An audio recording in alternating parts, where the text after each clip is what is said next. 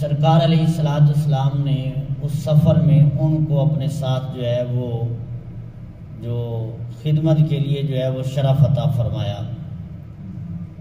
اب وہ صحابی رسول کہتے ہیں کہ میں نے حضور علیہ السلام کے ساتھ سفر کیا اور راستے میں ایک جگہ حضور علیہ السلام آرام کرنے کے لیے ایک سایہ دار درخت جو تھا اس کے نیچے جو ہے سرکار علیہ السلام لیٹ گئے، اور حضور علیہ السلام نے اپنی آنکھیں مبارک جو ہیں ان کو بند کر لیا، کہ جن کی شان یہ ہے کہ سرکار فرماتے ہیں کہ میری آنکھیں بند ہوتی ہیں، میرا دل جاگ رہا ہوتا ہے۔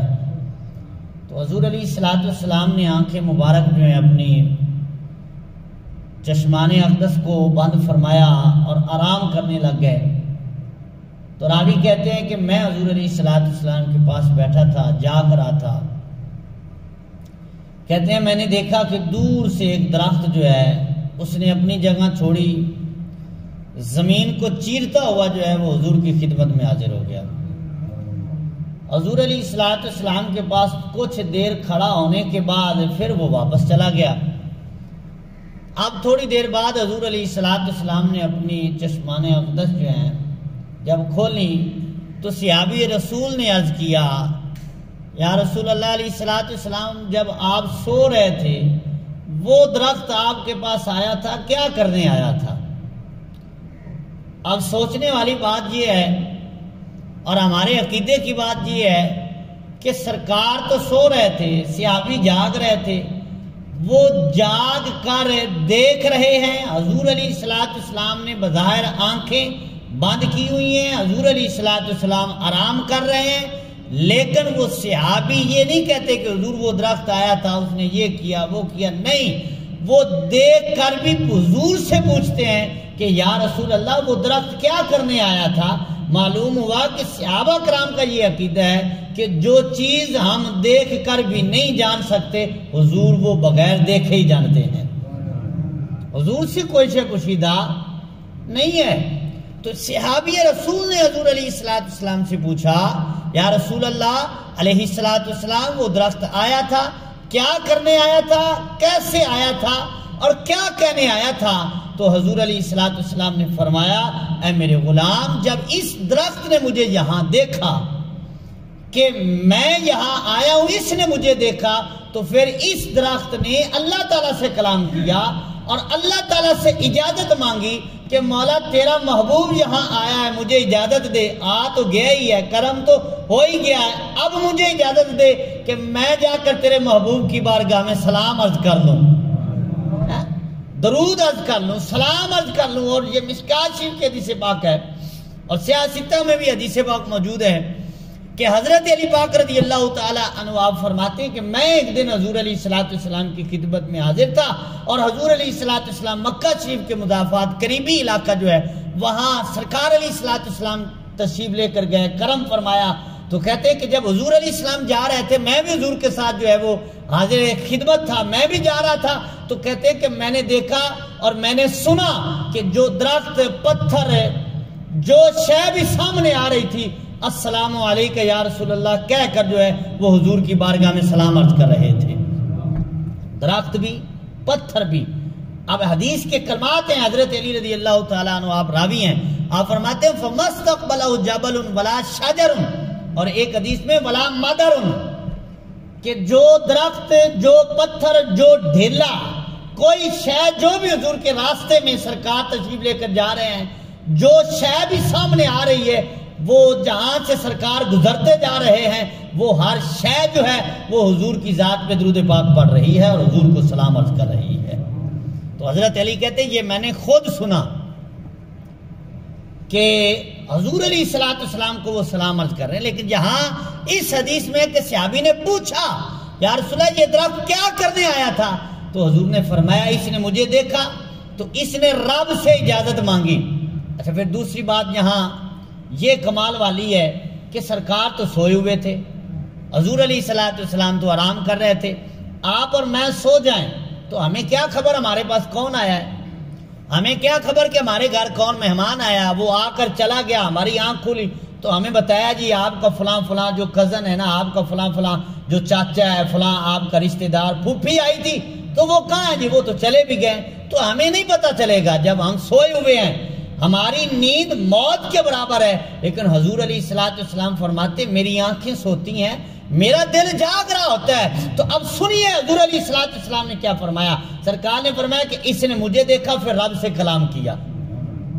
بظاہر تو سرکار نے آنکھیں بند کی ہوئی ہیں، لیکن وہ درخت رب سے کلام کر رہا ہے اور حضور سن بھی رہے ہیں۔ اب درخت کا کلام حضور جانتے ہیں۔ حضرت سلیمان علیہ السلام کی یہ شان ہے نا کہ اللہ تعالیٰ نے آپ کو ہر پرندے کی بولی جو ہے وہ سکھائی تھی۔ اور لمنا منطق الطیر، یہ قرآن میں ہے، فرمایا کہ ہم نے اپنے بندے حضرت سلیمان علیہ السلام کو پرندوں کی بولیاں سکھائی ہیں، یعنی پرندے جو کلام کرتے ہیں وہ جانتے تھے۔ تو یہ تو شان ہے نا اللہ کے نبی حضرت سلیمان علیہ السلام کی کہ وہ پرندوں کی بولیاں جانتے ہیں، لیکن تیرے اور میرے آقا جو ہیں وہ درختوں کی بولیاں بھی جانتے ہیں جن میں زبان نہیں ہے۔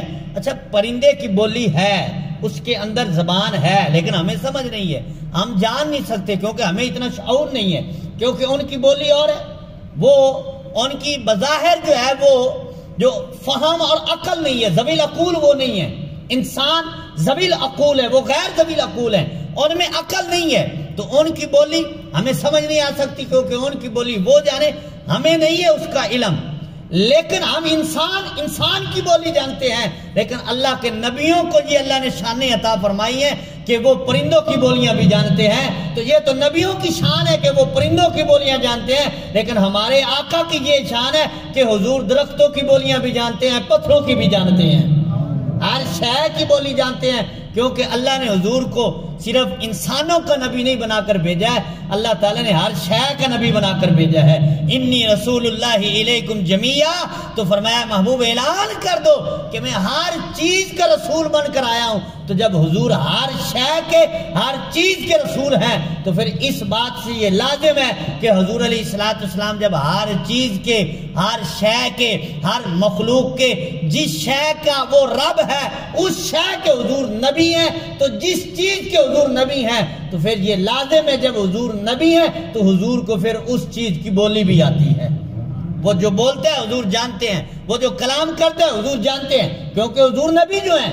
تو جو مخلوق ہے جس نے حضور کا کلمہ پڑھا ہے، جو حضور کا امتی ہے، تو پھر اس نے اپنی معروضات، اپنی مشکلات، اپنے جو معاملات ہیں وہ حضور کی بارگاہ میں پیش کرنے ہیں نا۔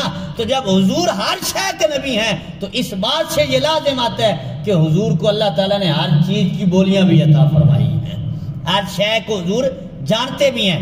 وہ ایک اونٹ والا واقعہ بھی بڑا مشہور ہے کہ اونٹ جو ہے وہ حضور کی بارگاہ میں آتا ہے اور آ کر سجدے میں گر جاتا ہے۔ تو صحابہ کرام نے عرض کی یا رسول اللہ یہ کر رہا ہے تو پھر ہمیں کیوں نہیں اجازت؟ تو سرکار نے فرمایا میں تمہیں اجازت ہے نہیں دیتا کہ کسی کو سجدہ کیا جائے، فرمایا سوائے اللہ کے کسی کو سجدہ جائز نہیں ہے۔ اور پھر دوسری بات یہاں مسئلے کی یہ بھی یاد رکھیں کہ سجدہ تعظیمی پہلی امتوں میں یہ جائز تھا، جس طرح کہ حضرت آدم علیہ السلام کو سجدہ کرایا گیا، یہ سجدہ تعظیمی تھا۔ حضرت یوسف علیہ السلام کو بھائیوں نے سجدہ کیا، یہ سجدہ تعظیمی تھا۔ لیکن اس امت میں، حضور علیہ السلام کی امت میں سجدہ تعظیمی بھی منع کر دیا گیا، حرام ہے۔ حضور نے فرمایا صرف اور صرف سجدہ کرنا ہے تو وہ اللہ تعالیٰ کی ذات کو سجدہ کرنا ہے۔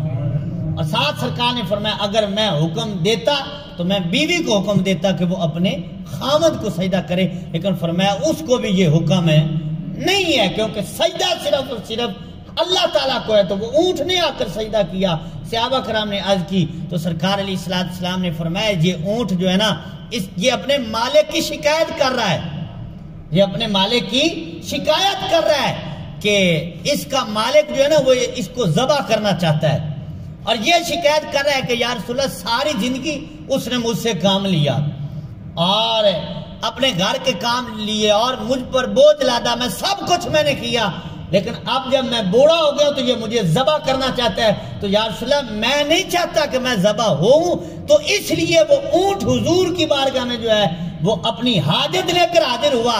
تو سرکار نے اس کے مالک کو بلایا اور اونٹ کو اس سے خرید کر اس کو آزاد فرما دیا۔ تو یہ حضور علیہ السلام کی شان ہے۔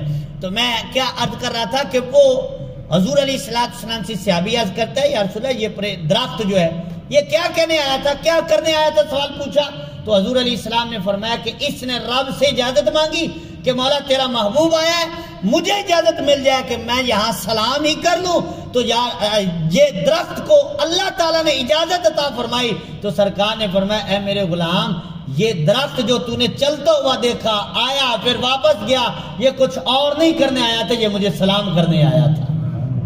تو حضور کی بارگاہ میں تو درخت بھی سلام کرتے ہیں، حضور کی بارگاہ میں تو پتھر بھی سلام کرتے ہیں۔ اور پھر سرکار فرماتے ہیں وہ پتھر جو ہجرت سے اعلان نبوت سے پہلے مجھ پر سلام پڑھتا تھا، سرکار فرماتے ہیں میں تو اس پتھر کو بھی جانتا ہوں۔ تو پتھر کے درود حضور جانے، پتھر کا سلام حضور سنے اور سرکار اس کو پہچانے، تو پھر حضور کا امتی جب بیٹھ کر مسجد میں بیٹھ کر حضور کی ذات پہ درود پڑھے گا تو کیا حضور اس کو جانیں گے اور پہچانیں گے نہیں؟ تو جو نبی، جس آقا نبی کو اللہ تعالیٰ نے اتنی شان عطا فرمائی ہے وہ پتھروں کا درود بھی سن لیتے ہیں، جان بھی لیتے ہیں، تو پھر امتی جب پڑھے گا تو حضور ان کو بھی جانتے ہیں اور پہچانتے بھی ہیں۔ تو اصول برکت کے لیے بآواز بلند ایک بار محبت کے ساتھ درود پاک پڑھ لیجیے۔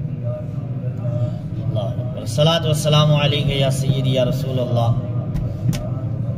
وعلی آلک واصحابک یا سیدی یا حبیب اللہ، الصلاۃ والسلام علیک یا سیدی یا رحمت للعالمین وعلی آلک واصحابک یا سیدی یا خاتم النبیین۔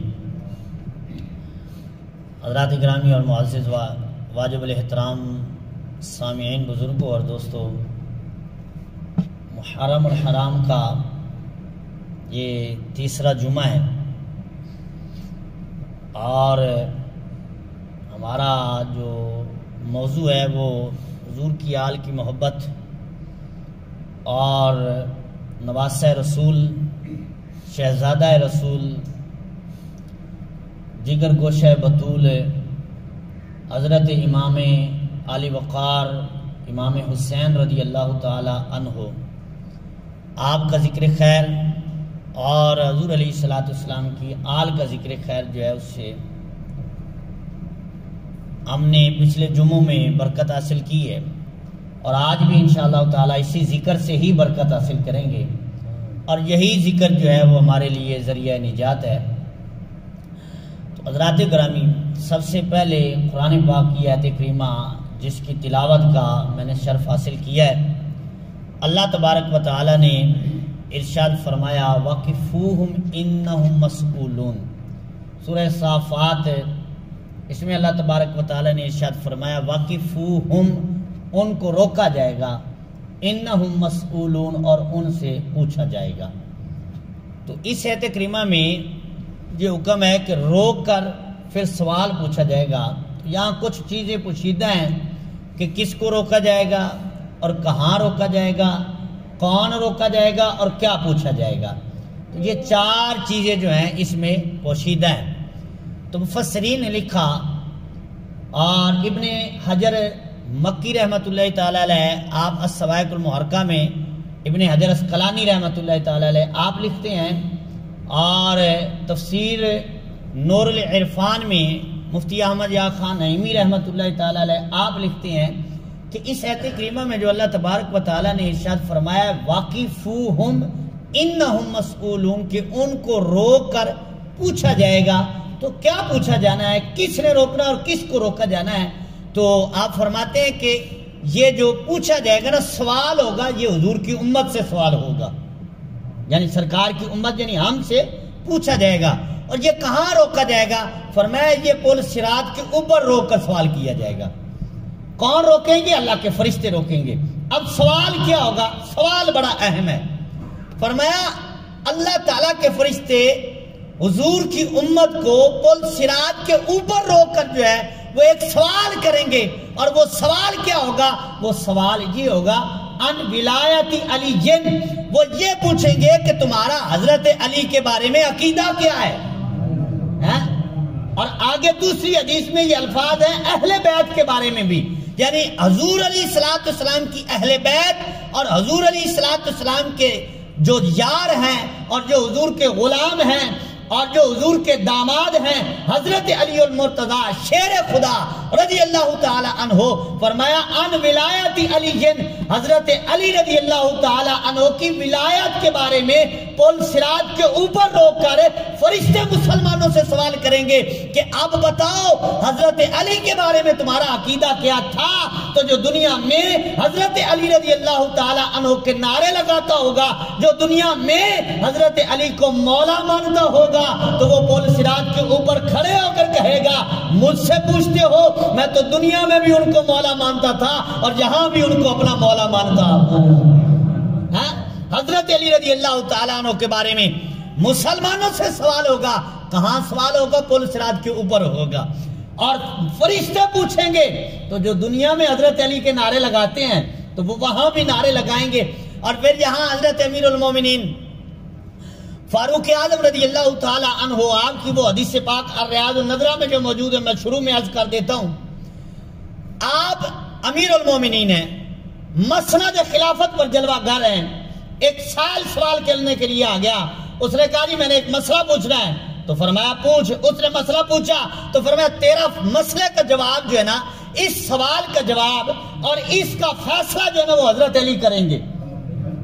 کون کریں گے؟ حضرت علی کریں گے۔ اچھا اب دیکھیں شان کیا ہے، خود امیر المومنین ہے اور اللہ تعالیٰ نے ان کو شانیں بڑی عطا فرمائی ہیں، لیکن پیار اور محبت دیکھیں کیا فرماتے ہیں کہ تیرا فیصلہ جو ہے نا وہ حضرت علی کریں گے۔ اب حضرت علی رضی اللہ تعالیٰ عنہ کی طرف جب اشارہ کیا تو وہ آگے سے کہنے لگا یہ میرا فیصلہ کریں گے۔ اب اس نے جو ہے نا منہ چڑھایا اور اس نے جو ہے حضرت علی رضی اللہ تعالیٰ عنہ سے جو ہے یعنی طنز کیا کہ یہ میرا فیصلہ کریں گے۔ اب جب طنز کیا تو حضرت فاروق اعظم جلال میں آ گئے، اور روایت میں موجود ہے کہ حضرت فاروق اعظم نے اس کو گریبان سے پکڑ کر اٹھا کر زمین پر دے مارا اور فرمایا تجھے پتا ہے کس کے بارے میں بول رہا ہے؟ فرمایا تجھے پتا ہے تو کس کے بارے میں بول رہا ہے، اور تجھے پتا ہے من ہاذا یہ کون ہے؟ اور پھر آگے فرمایا ہاذا مولا یا، حضرت فاروق اعظم فرماتے ہیں۔ اور پھر جہاں دوسری روایت میں عرض کرتا ہوں، یہ جو آخری خطبہ حضور علیہ السلام کا ہے، اس میں جو حضور علیہ السلام نے صحابہ کرام سے خطاب فرمایا، کثیر صحابہ کرام ہیں، لاکھوں میں، لاکھ کے قریب جو ہے وہ روایت میں آتا ہے کہ 1 لاکھ سے بھی زیادہ صحابہ کرام اس وقت موجود ہیں، کثیر صحابہ کرام۔ آخری خطبہ ہے حضور علیہ السلام کا۔ حضور علیہ السلام نے خطاب فرمایا کہ تمہیں پتا ہے میں کون ہوں؟ تو سب نے عرض کیا آپ اللہ کے رسول ہیں۔ تو سرکار نے فرمایا جو اللہ تعالیٰ کا پیغام تھا وہ میں نے پہنچایا۔ تو عرض کی صحابہ کرام نے کیوں نہیں، آپ نے حق ادا کر دیا، آپ نے حکم پہنچا دیا، اللہ کا پیغام ہم تک پہنچایا۔ تو اب حضور علیہ السلام نے حضرت علی کا ہاتھ پکڑا اور ہاتھ پکڑ کر بلند فرمایا، اور حضور نے پتہ کیا فرمایا؟ فرمایا من کنت مولا فعلی مولا۔ مختلف روایات ہیں الفاظ احادیث کے، لیکن اس کا مفہوم یہی بنتا ہے کہ حضور علیہ السلام نے فرمایا کہ جس کا میں مولا اس کا علی مولا ہے۔ یہ مشہور روایت ہے۔ اب یہ کون بیان کر رہا ہے؟ حضور علیہ السلام کن کی ولایت کا اعلان کر رہے ہیں؟ حضرت علی کی ولایت کا اعلان کر رہے ہیں۔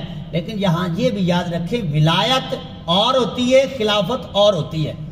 یہاں خلافت کا اعلان نہیں کیا گیا کہ کوئی اس حدیث کو بیان کر کے کہے کہ حضور علیہ السلام نے تو حضرت علی کو خلافت دے دی تھی، حضرت صدیق اکبر پہلے خلیفہ نہیں ہو سکتے۔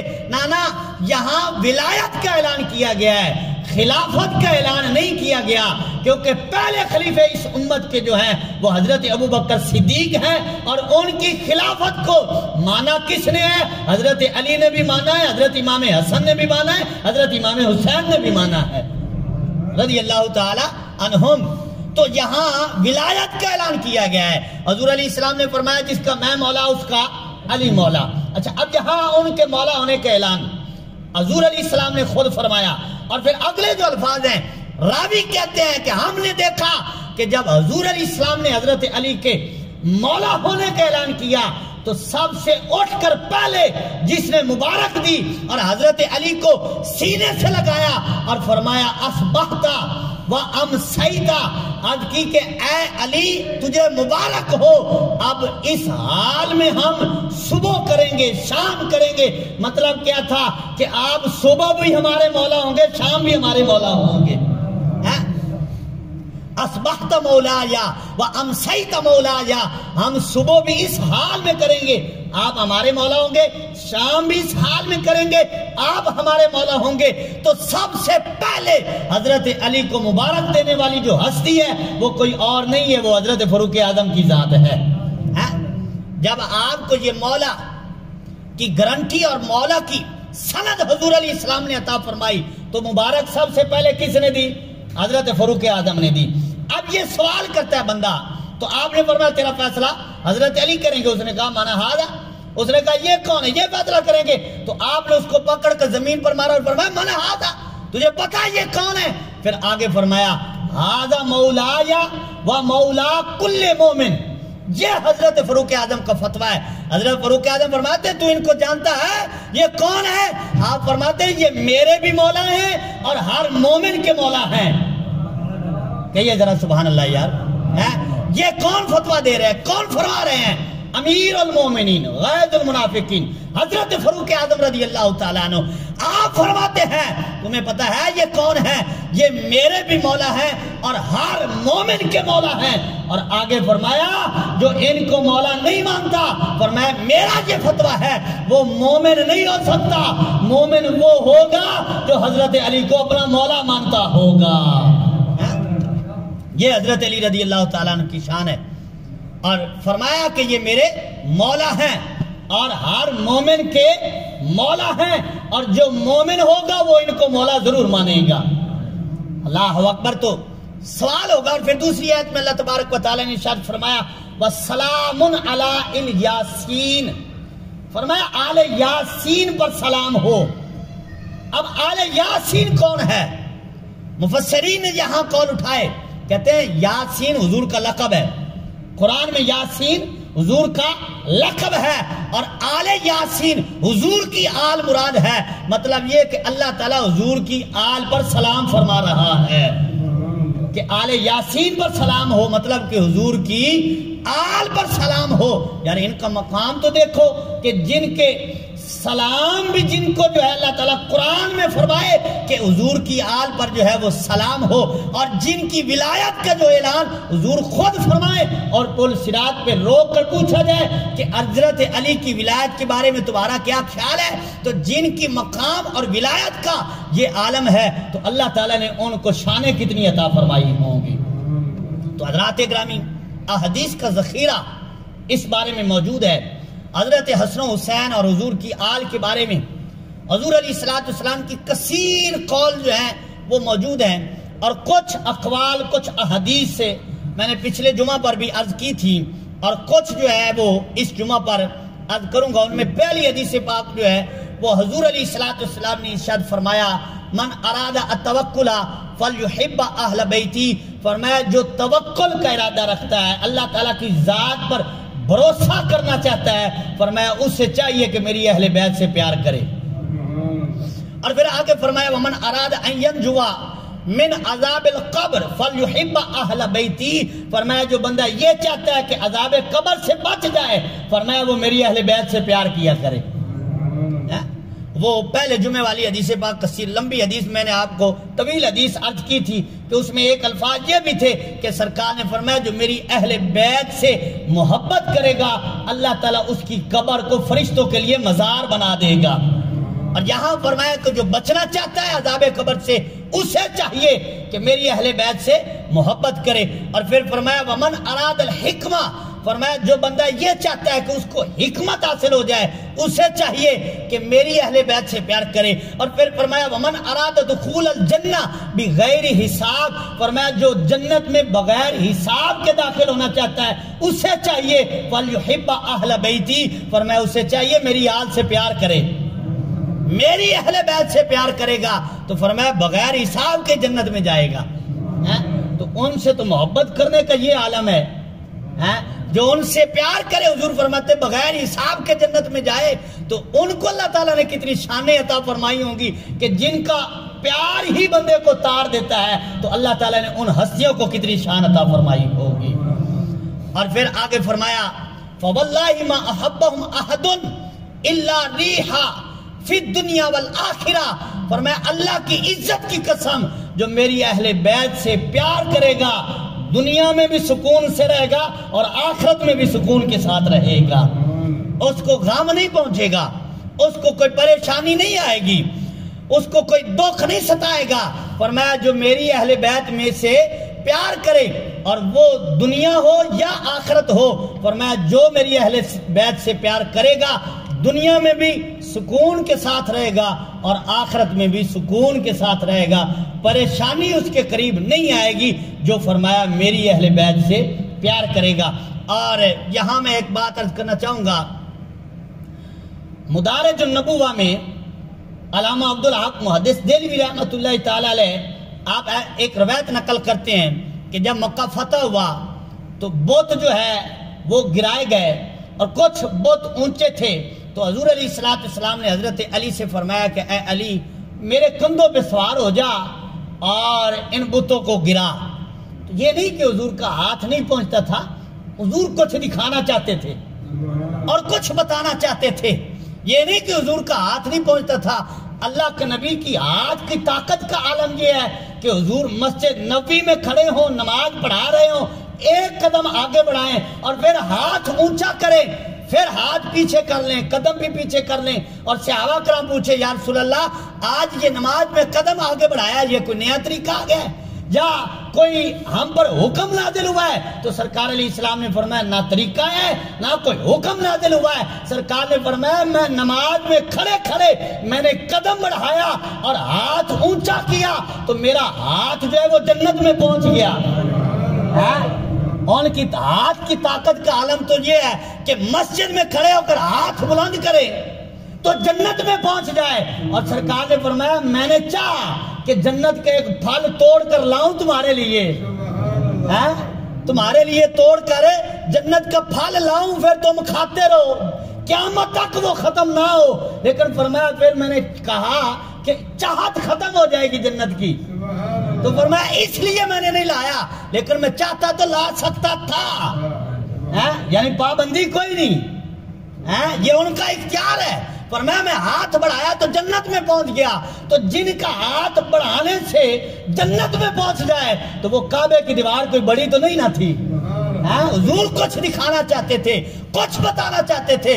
حضرت علی رضی اللہ تعالیٰ عنہ نے عرض بھی کیا یا اسلام میرے کندھے پہ سوار ہو جائیے، لیکن سرکار نے فرمایا نہیں علی تو بھارے نبوت جو ہے وہ نہیں اٹھا سکتا، لیکن قربان جائیں یہاں حضور حضرت علی سے فرمائیں کہ تو نبوت کا وزن جو نہیں اٹھا سکتا اور ادھر ہجرت کے موقع آئے تو سرکار خود ہی حضرت صدیق اکبر کے کندھوں پہ سوار ہو جائے۔ اچھا لوگ کہتے کہ بڑا مقام ہے حضرت حسن و حسین کا، کہ کیا مقام ہے جی؟ حضور کے کندھوں پہ سوار ہوئے ہیں۔ ہم نے کہا سنی کا بھی انکار کرتا ہے، سنی کا تو سینہ ٹھار جاتا ہے جب یہ سنتا ہے، کیونکہ ہماری آنکھوں کی ٹھنڈک ہے حسن و حسین۔ تو اب بڑی شان ہے جو ان کی، ہم نے کہا جی ہم کب چڑھتے ہیں، ہم تو سینہ چوڑا کر کے بیان کرتے ہیں، لیکن تو سیدھی بات پوری کرنا کہ جو حضور کے کندھوں پر سوار ہو جائیں وہ ان کی بڑی شان ہے، تو پھر اس صدیق کی کتنی شان ہے جن کے کندھوں پہ خود سرکار جلوہ گر ہو گئے ہیں، ان کی بھی بڑی شان ہے، دونوں طرف سے دیکھ۔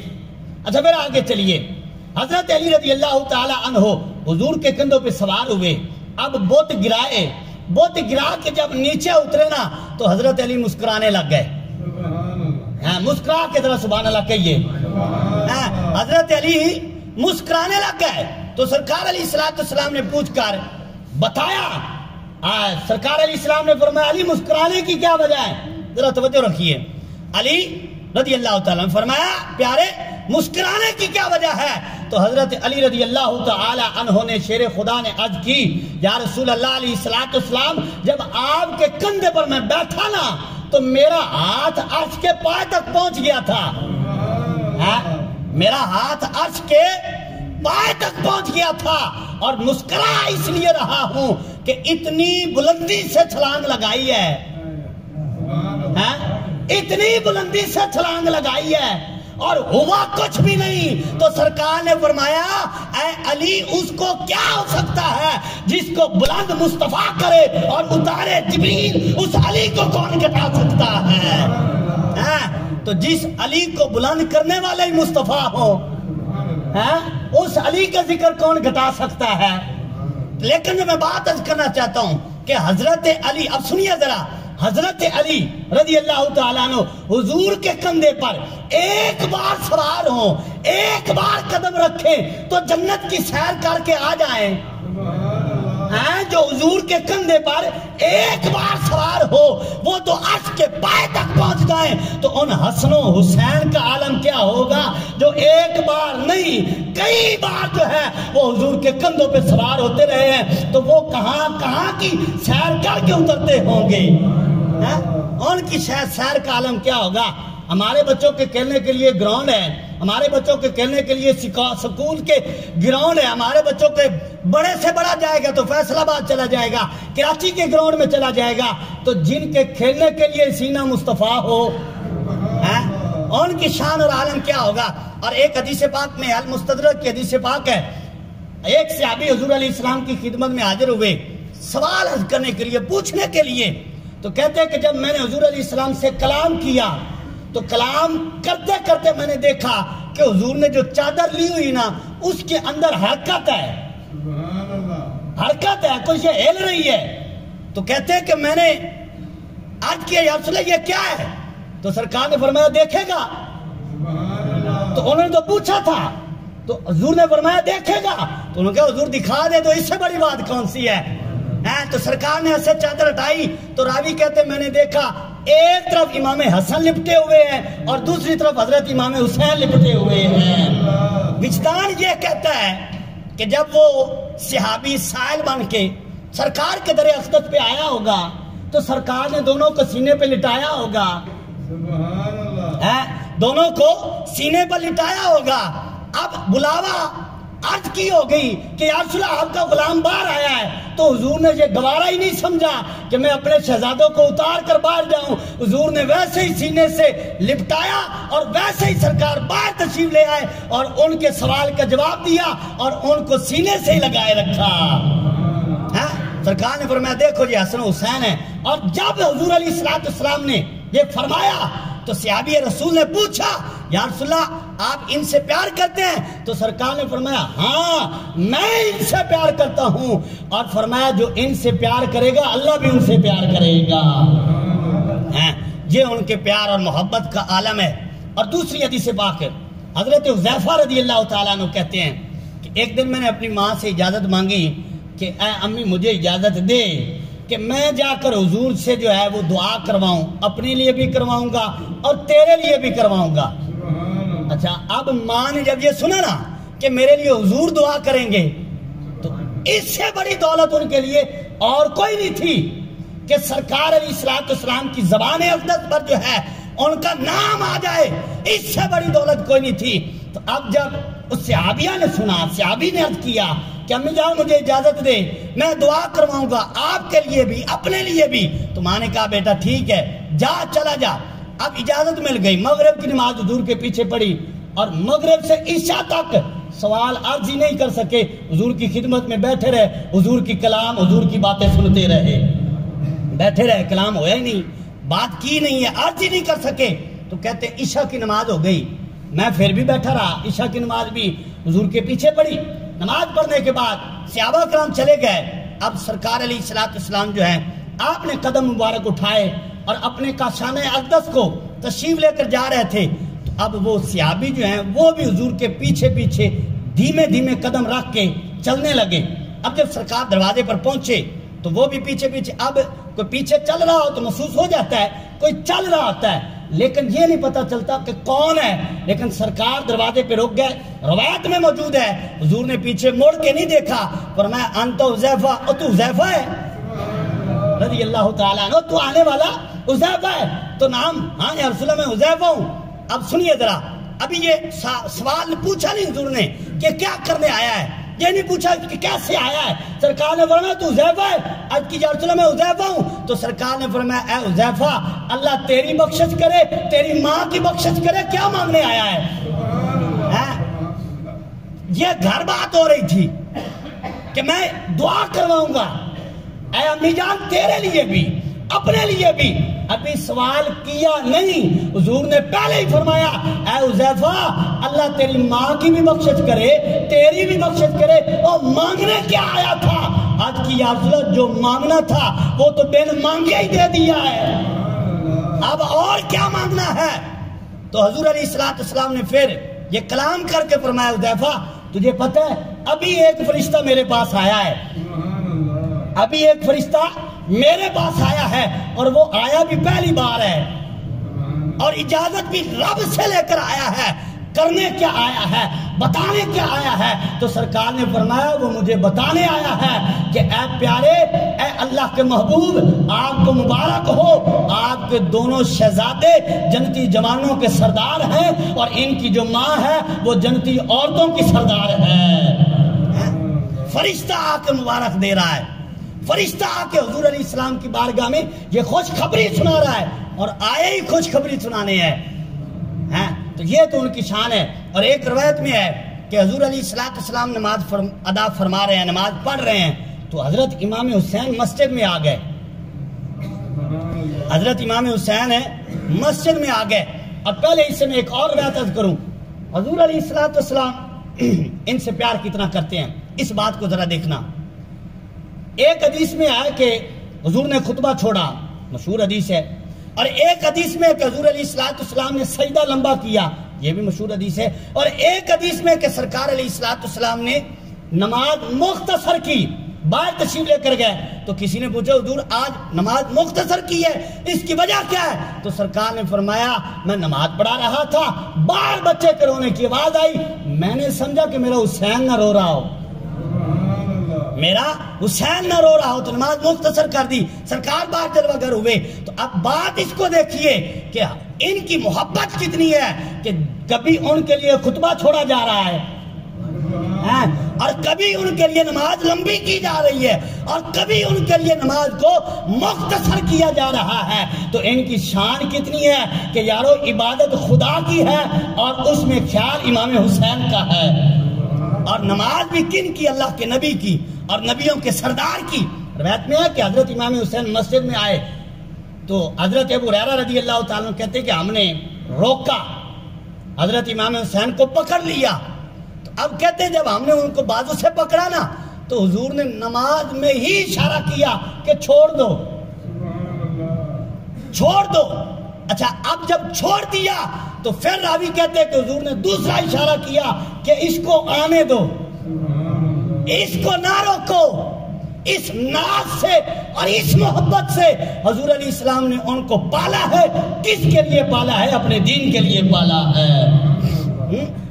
اچھا پھر حدیث پاک میں ہے, یہ دارمی اور مسند الفردوس کی حدیث پاک ہے, عبداللہ ابن عباس رضی اللہ تعالی عنہما آپ اس حدیث کے راوی ہیں. حضور علیہ السلام نے ارشاد فرمایا انا شجرۃ, سرکار نے فرمایا میں درخت ہوں, وفاطمۃ حملھا, اور فرمایا میری شہزادی جو ہے وہ اس پر جو پھل لگتا ہے اس کی ابتدائی حالت ہے, وعلی لقاؤھا, اور فرمایا علی جو ہے وہ اس پھل پھول کو جو ہے وہ منتقل کرنے والے ہیں. اور پھر فرمایا والحسن والحسین ثمرھا, فرمایا حسن اور حسین جو ہیں وہ اس درخت کے پھل ہیں. اور آگے فرمایا والمحبون اہل البیت, فرمایا جو میری اہل بیت سے محبت کرتے ہیں یہ اس درخت کے پتے ہیں, یہ اس درخت کے پتے ہیں. اور آگے فرمایا ہم فی الجنہ حقا حقا, فرمایا میں بھی جنتی, یعنی وہ سارا درخت جو ہے وہ جنت میں ہے, درخت جنت میں ہے تو پھل بھی جنت میں ہے, جب پھل جنت میں ہے تو پتے بھی جنت میں ہیں. سرکار نے فرمایا حقا حقا, یہ 2 بار فرمایا تاکیدن, فرمایا یہ سارے ہی جنتی ہیں, یہ سارے ہی جنتی ہیں. اور پھر یہاں دوسری حدیث پاک, اور اس حدیث کے راوی خود حضرت علی ہیں. کہیے ذرا سبحان اللہ. حضرت علی روایت کرتے ہیں اور یہ کنز العمال میں حدیث پاک موجود ہے 12ویں جلد. حضرت علی رضی اللہ تعالیٰ عنہ کہتے ہیں کہ حضور علیہ السلام نے ارشاد فرمایا اربعۃ انا لہم شفیع یوم القیامہ. سرکار نے فرمایا کہ قیامت کے دن میں 4 بندوں کی شفاعت کروں گا. سرکار فرماتے میں شفاعت کروں گا کن کی؟ 4 بندوں کی. فرمایا پہلا المکرم ذریتی، فرمایا جو میری اہل بیت، میری آل، میری اولاد میرے خون کی وجہ سے اگر کسی کی عزت کرتا ہے، فرمایا قیامت کے دن میں خود جنت میں لے کر جاؤں گا. حضور کی آل کی جو عزت کرتا ہے کس وجہ سے؟ کہ یہ حضور کی آل ہے، حضور کا خون ہے، حضور کا نسب ہے. فرمایا جو اس لحاظ سے نسبت کی وجہ سے میری آل کی عزت کرے گا، ان کو عزت دے گا، فرمایا کل قیامت کے دن میں شفاعت کر کے جنت میں لے کر جاؤں گا. اور دوسرا بندہ حضور علیہ السلام نے ارشاد فرمایا والقاضی لہم حوائجہم، فرمایا جو میری اہل بیت، میری جو آل ہے، فرمایا جو ان کی ضرورت پوری کرے، حوائج ضروریات کا خیال رکھنے والا، فرمایا میں اس کی شفاعت کروں گا. اور تیسرا بندہ وسائی لہم فی امورہم عند ما اضطروا الیہ، فرمایا اگر کسی وجہ سے وہ اس سے کچھ مانگ لیں یا اس کو کوئی کام کہہ دیں تو یہ دوڑ کر کام کرے، ان کے کام میں کوشش کرے.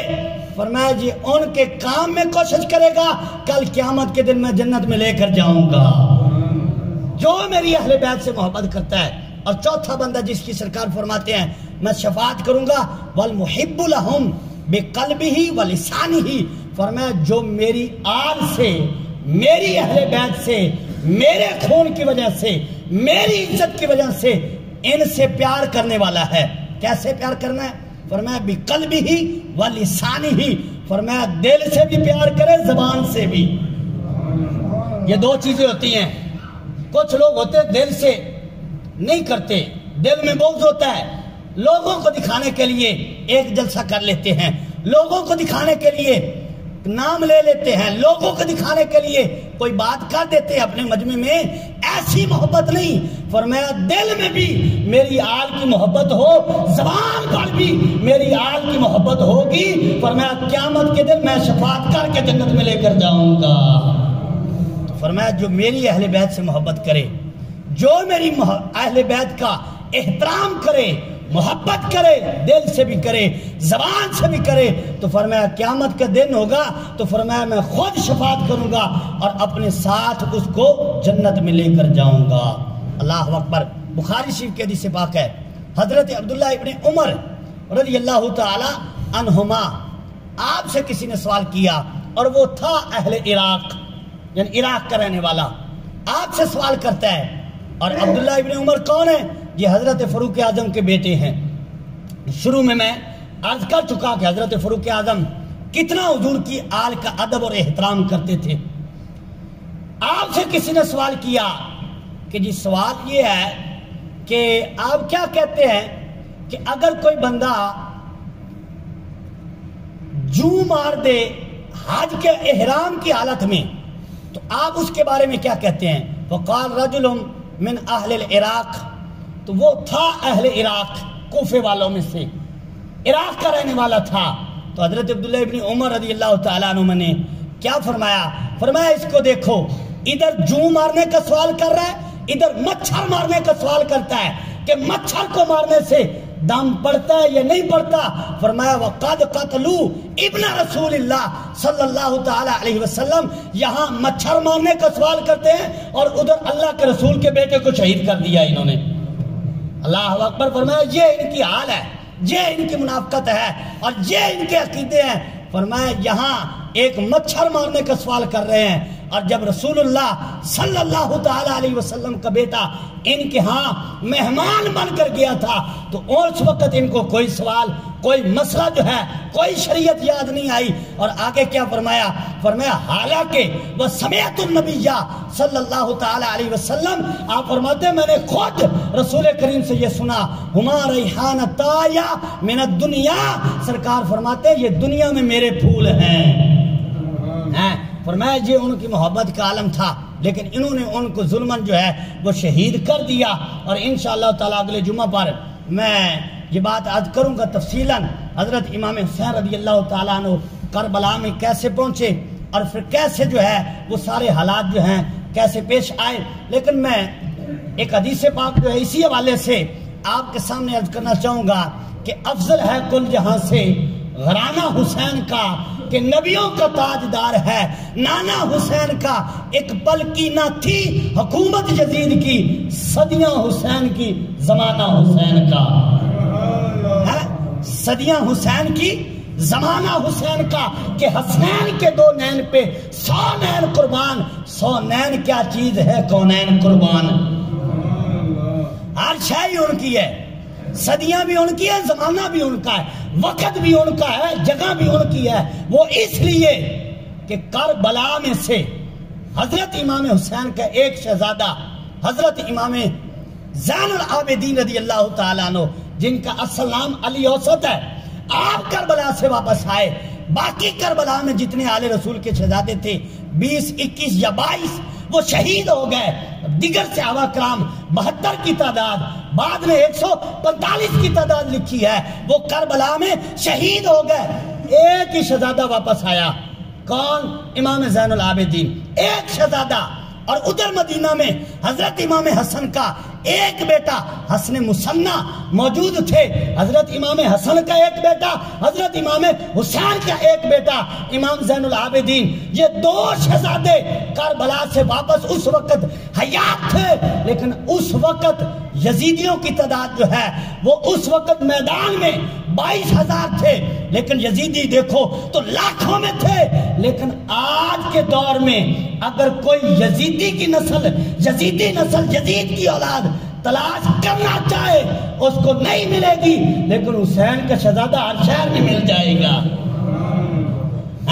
ہر جگہ مل جائے گا۔ حسنین کا، حضرت امام حسین کا بیٹا، آل رسول کا شہزادہ سید زادہ جو ہے، اس کو تلاش کرنے کی بھی ضرورت نہیں ہے، اس کو ڈھونڈنے کی بھی ضرورت نہیں ہے۔ یزید کی نسل تلاش کرنے سے نہیں ملے گی، اور امام حسین کی نسل ہر جگہ مل جائے گی۔ کربلا میں پانی بند کر دیا، پانی بند کر دو، کیوں جی؟ نہ پیئیں گے نہ زندہ رہیں گے، ہم پیئیں گے ہم بچ جائیں گے۔ اور چشم فلک نے یہ بھی دیکھا کہ جنہوں نے پانی پیا وہ پی پی کے مر گئے، اور جنہوں نے نہیں پیا وہ آج بھی زندہ ہیں، وہ آج بھی زندہ ہیں۔ کسی گھر میں محمد حسین ہے، کسی گھر میں احمد حسین ہے، کسی گھر میں حسین علی ہے، لیکن یزید کوئی نہیں ملے گا، حسین تجھے ہر گھر میں مل جائے گا۔ کیوں؟ کہ یہ وہ فیض ہے جس کو اللہ تعالیٰ نے فرمایا وَلَا تَقُولُوا لِمَنْ يُقْتَلُ فِي سَبِيلِ اللَّهِ أَمْوَاتٌ، فرمایا جو اللہ کی راہ میں اپنی جان دے دیتے ہیں ان کو مردہ نہیں کہنا، کیونکہ وہ کل بھی زندہ تھے آج بھی زندہ ہیں۔ تو امام حسین تو پھر سید الشہداء ہے نا، دنیا میں انقلاب کا بانی حسین ہے۔ یہ حضرت امام حسین کا فیض ہے، یہ حضرت امام حسین کی نظر کرم ہے کہ آج تک جب بھی کوئی یزیدی بن کے کھڑا ہوتا ہے تو اس کے مقابلے میں اگر کوئی آتا ہے تو امام حسین کا غلام ہی آتا ہے، کیونکہ دنیا میں انقلاب کا بانی حسین ہے۔ تو حضرات گرامی، جو میں حدیث پاک عرض کرنا چاہتا تھا ذرا توجہ سے سماعت کرنا، یہ کنز العمال کی حدیث پاک ہے۔ حضور علیہ الصلوۃ والسلام نے ارشاد فرمایا ایھا الناس، اے لوگو، ہماری زبان میں اے لوگو یہ سرکار نے خطاب کیا توجہ کرانے کے لیے۔ یہ اس وقت ہوتا ہے جب کوئی اہم بات کی جائے کہ توجہ سے سنو۔ حضور علیہ الصلوۃ والسلام نے فرمایا ایھا الناس، اے لوگو، الا اخبرکم بخیر الناس جدا و جدا، الا اخبرکم بخیر الناس اما و اما، الا اخبرکم بخیر الناس خالا و خالا، الا اخبرکم بخیر الناس ابا و اما۔ امہ فرمایا کہ اے لوگوں تمہیں میں بتاؤں کہ نانا اور نانی کے اعتبار سے، چاچا اور پھپھی کے اعتبار سے، خالو اور خالہ کے اعتبار سے، ماں اور باپ کے اعتبار سے تم میں سے جو سب سے افضل ہے وہ کون ہے؟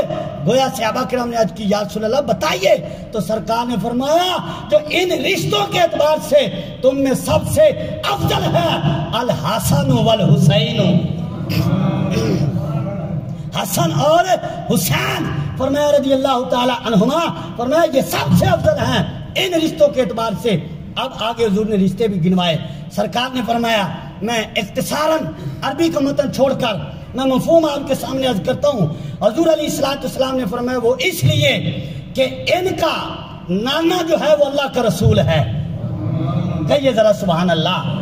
فرمایا ان کا نانا جو ہے وہ اللہ کا رسول ہے، اور ان کی نانی جو ہے وہ خدیجہ الکبریٰ ہے، اور فرمایا ان کی ماں جو ہے وہ فاطمہ الزہرا ہے، اور فرمایا ان کا باپ جو ہے وہ علی المرتضیٰ ہے، اور فرمایا ان کا جو چچا ہے وہ جعفر بن ابی طالب ہے، اور فرمایا ان کی جو پھپھی ہے وہ ام ہانی ہے، اور فرمایا ان کا جو خالو ہے وہ القاسم ابن رسول اللہ، فرمایا وہ میرا بیٹا قاسم بن رسول اللہ ہے، اور فرمایا ان کی جو خالے ہیں فرمایا وہ زینب ہے، رقیہ ہے، ام کلثوم ہے، اور یہ تینوں اللہ کے رسول کی بیٹیاں ہیں۔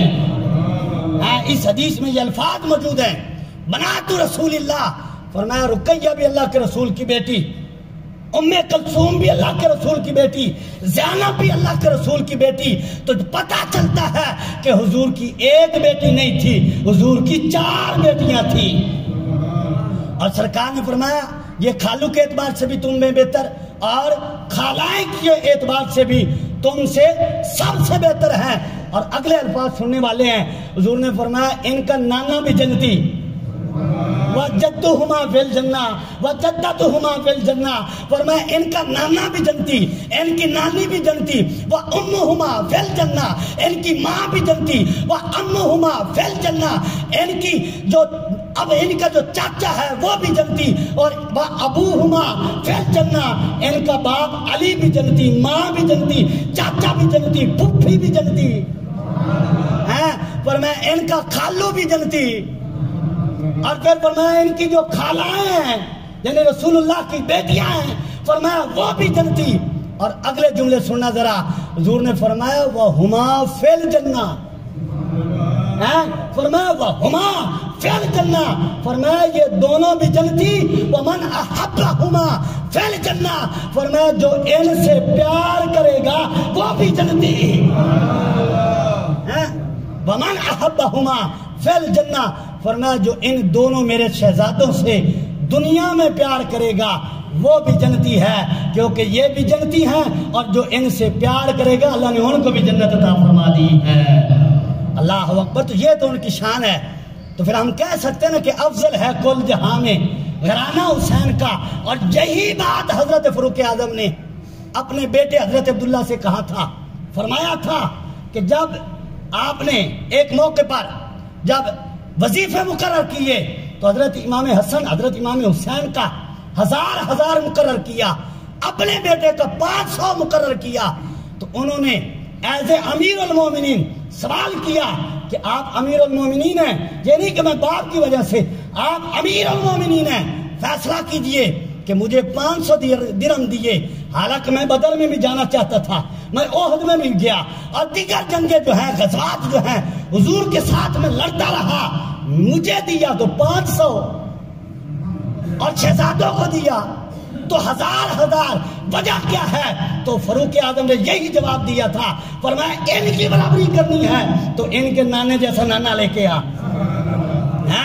ان کی نانی جیسی نانی لے کے آ، ان کی ماں جیسی ماں لے کے آ، اور ان کے باپ جیسا باپ لے کے آ۔ فرمایا جب تو رشتے کے اعتبار سے ان کے برابر نہیں ہو سکتا تو وظیفے کے اعتبار سے بھی ان کے برابر نہیں ہو سکتا۔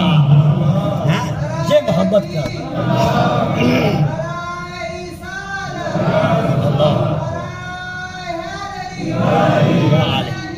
زندہ باد زندہ باد ہے۔ فرمایا تو ان کے برابر نہیں ہو سکتا۔ میں بالکل بال ختم کر چکا ہوں اس حدیث پاک پر کہ حضور نے فرمایا، حضرت علی راوی ہیں، سرکار نے فرمایا اے علی انا اول من يدخل الجنت انا و علی و فاطمہ و حسن و حسین رضی اللہ تعالی عنہم. حضور نے فرمایا علی سب سے پہلے جنت میں نے جانا ہے، پھر تو نے جانا ہے، پھر میری بیٹی نے جانا ہے، پھر میرے شہزادوں نے حسن و حسین نے جانا ہے. تو حضرت علی نے ایک سوال عرض کر دیا، وَمُحِبُّونَا یا رسول اللہ وہ جو ہم سے پیار کرتے ہیں، ہم سے جو پیار کرتے ہیں. مطلب یہ تھا کہ ہم تو جنت میں چلے جائیں گے، ان کے میدان محشر میں کیا بنے گا؟ یہ سوال کا مطلب یہ تھا کہ یا رسول اللہ جب ہم نے پہلے جانا ہے، باقی تو رہ گیا میدان محشر میں، پل سیات رہ گیا، اور پھر جو ہے وہ میزان رہ گیا، وہاں ان کا کیا بنے گا جو ہم سے دنیا میں پیار کرتے رہے ہیں. تو سرکار نے فرمایا علی پریشان ہونے کی کیا بات ہے، جو تم سے پیار کرتے ہیں، جو ہم سے پیار کرتے ہیں، وہ من ورائکم، تم آگے آگے ہوگے اور تم سے پیار کرنے والے تمہارے پیچھے پیچھے جنت میں چلے جائیں. اللہ اکبر. تو یہ ان کی شان اور مقام ہے. اللہ تبارک و تعالیٰ سے دعا ہے اللہ تعالیٰ عمل کی توفیق عطا فرمائے. آمین. وما علیہ